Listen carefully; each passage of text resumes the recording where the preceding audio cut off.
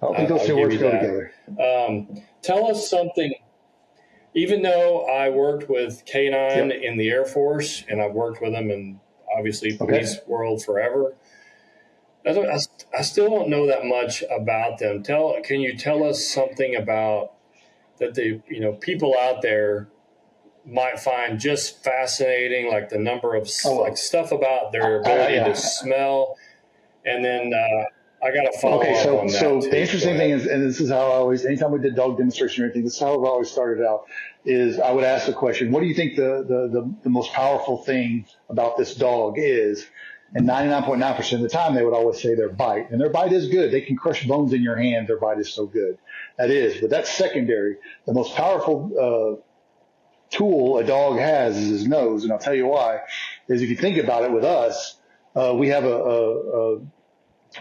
just my line went blank, but we have a nerve in our brain that differentiates between smells, and it's about the size of your fingernail on your pinky.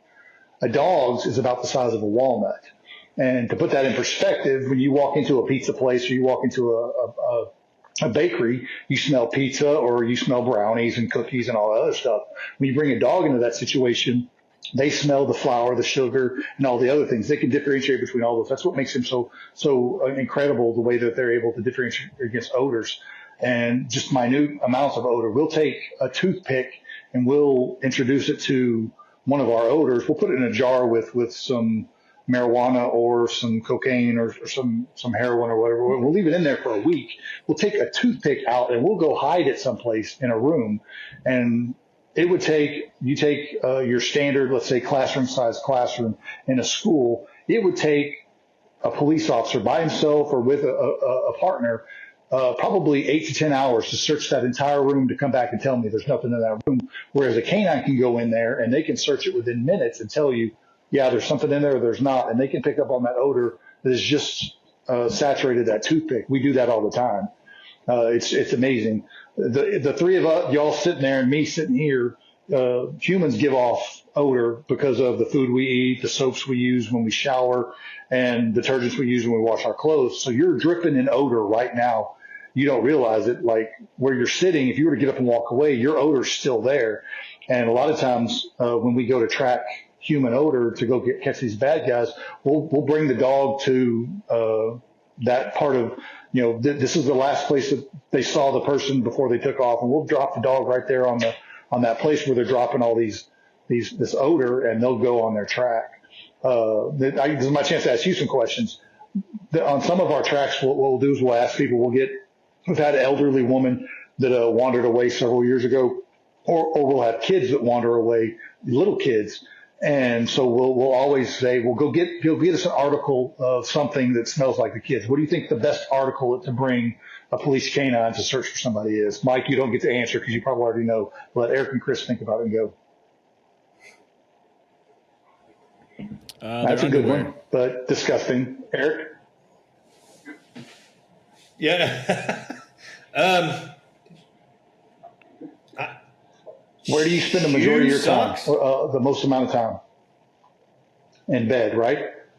Your pillowcase. Bring us your Bed, pillowcase. bed. Yeah. Okay. Because your head, all that odor, heck yeah, we'll take it and we'll put the pillowcase in a paper sack. We'll Wow. bring our dog up. We'll open the sack, stick the dog's head in it, close the sack up, and away we go. And it's pretty amazing to watch these dogs work. I'm to this date is just so amazing the way they work and the success rate with what they're capable of doing. We have dogs that can find, they bring dogs into prisons because people are bringing cell phones in.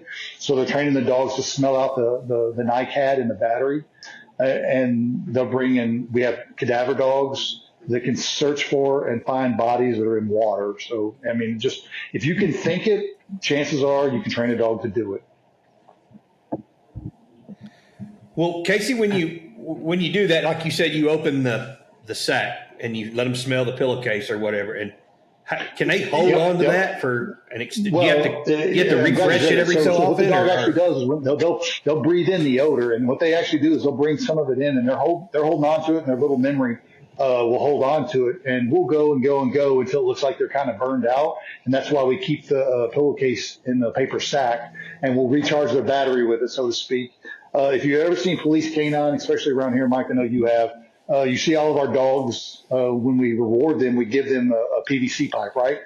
Well, there's reasons for that. Is how you begin to train a dog is, let's say hypothetically you want to train your dog on marijuana. So you take this PVC pipe, you put it in a jar full of marijuana, you seal it up, and you leave it sealed for a month. You take that PVC pipe and you throw it out into a field. The dog sees it, the dog goes, searches with it and finds it. And you create more distance and then more difficulty with where you hide it and how far you plan it or whatever.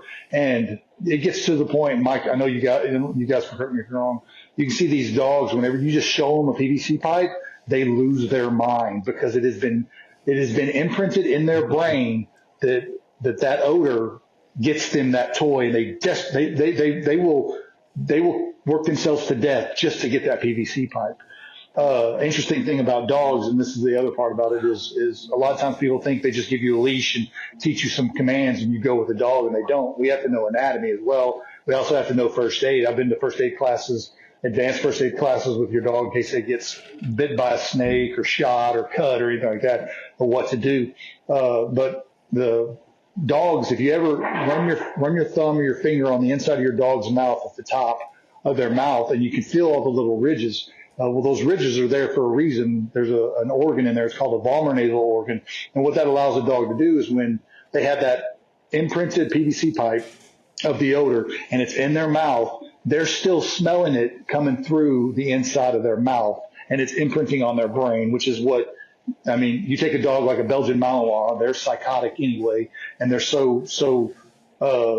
they're just off the charts amazing dogs. That you put that on their brain and you tell them, hey, I'm gonna go hide some drugs, and if I hide these drugs, you're gonna get this. They lose their mind to go do it. They will kill themselves to go find the odor.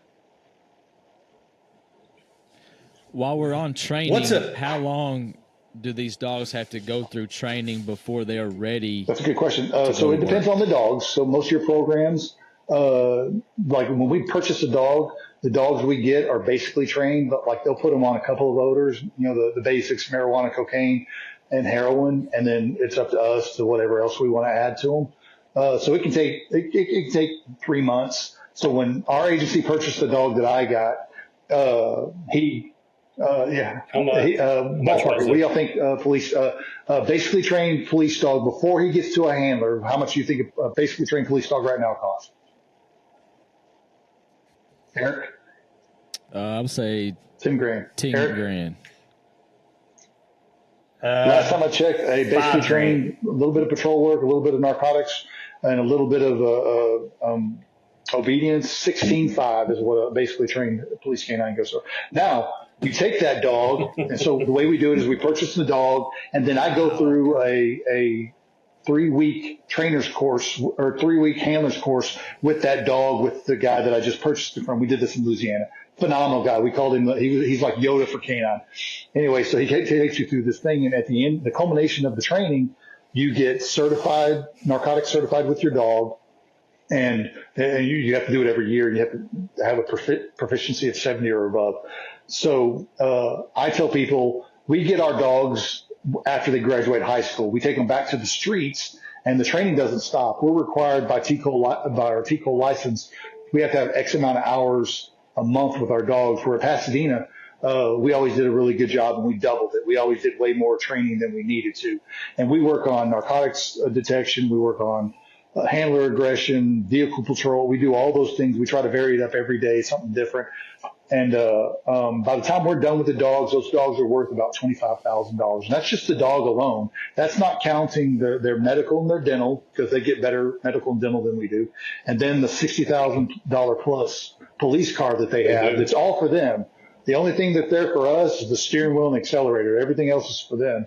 But those dogs are a tremendous asset. I like to tell people that people nowadays aren't scared of the police, and they're not scared of our guns. They're not. I've seen it firsthand. But you bring out a dog, that's it. And a case in point is there's an incident in LaPorte.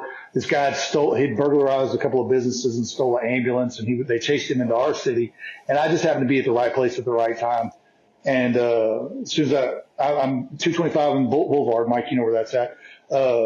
they get on the radio and they're like, "Hey, Pasadena, we're chasing this guy. Do y'all have a dog?" Well, I was right there, and I instantly became part of their chase. And the guy wrecked out, and he jumped out of the car, and I have LaPorte police officers all around me with their rifles out, and they're ready to drill this guy if he does anything stupid. And he's got his hands up, but he's screaming at the cops, "Kill me, just kill me, just kill me." Well, Rambo and I got out, and as soon as I got Rambo out, he turned and faced me, and as soon as he saw the dog, his hands went down, he hit the ground, and he didn't want any part of that. He did not want to be bit by a dog, and it bummed me out Let's because go. Rambo didn't get to bite anybody. But at the same time, you're like, well, there you go.